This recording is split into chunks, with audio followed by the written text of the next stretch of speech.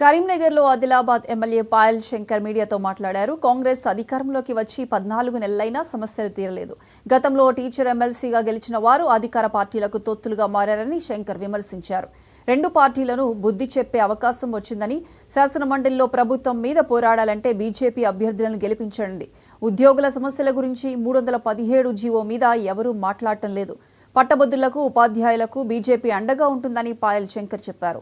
పట్టభద్రుల ఎమ్మెల్సీ అభ్యర్థిగా అవకాశం కల్పించినందుకు బీజేపీ అధిష్టానానికి అభ్యర్థి అంజిరెడ్డి కృతజ్ఞతలు తెలిపారు. ఒక అవకాశం ఇచ్చి గెలిపించాలని పట్టభద్రులను అంజిరెడ్డి కోరారు.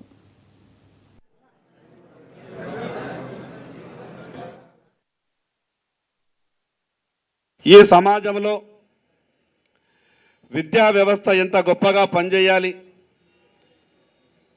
ఆ విద్యా వ్యవస్థలో పనిచేస్తున్నటువంటి ఉపాధ్యాయులు, విద్యా వ్యవస్థకు సమస్యలు ఉన్నాయి. విద్యా వ్యవస్థలో పనిచేస్తున్నటువంటి ఉపాధ్యాయులకు గతంలో టీఆర్ఎస్ 10 సంవత్సరాలు పరిపాలించినటువంటి ఆ సమయంలో సమస్యలుగానే మిగిలినాయి. ఈరోజు కాంగ్రెస్ పార్టీ అధికారంలోకి వచ్చి 14 నెలలైనా వీళ్ళు ఎన్నికల సమయంలో మాట్లాడినటువంటి మాటలకే పరిమితమైనరు. ఈరోజు కూడా సమస్యలుగానే ఉన్నాయి. గతంలో అధికార పార్టీకి ఎమ్మెల్సీగా అవకాశం ఇస్తే అధికార పార్టీ ప్రభుత్వానికి తొత్తులుగా మారి ఉపాధ్యాయుల సమస్యలు కానీ, విద్యా వ్యవస్థలో ఉన్నటువంటి సమస్యలు కానీ ఏ రోజు కూడా ప్రభుత్వాన్ని ప్రశ్నించినటువంటి దాఖలాలు లేవు. పరిష్కారం చేసినటువంటి ప్రయత్నం చేసినటువంటి ఎక్కడ కనిపించినటువంటి సందర్భాలు లేవు.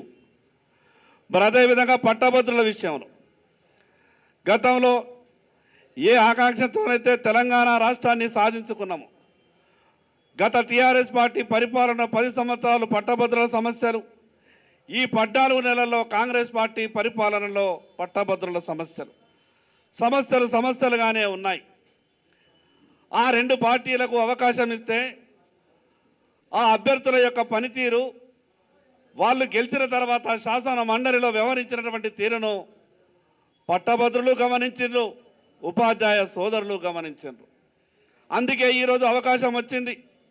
టీఆర్ఎస్ కాంగ్రెస్ రెండు పార్టీలు కూడా అటు పట్టభద్రుల్ని ఇటు ఉపాధ్యాయుల్ని మోసం చేసి సమస్యలుగానే ఉంచి కేవలం వాళ్ళు మాత్రమే వాళ్ళ పబ్బం గడుపుకున్నారు. ఈరోజు అవకాశం వచ్చింది. ఆ రెండు రాజకీయ పార్టీలకు కూడా బుద్ధి చెప్పేటటువంటి అవకాశం వచ్చింది. ఈ సమాజంలో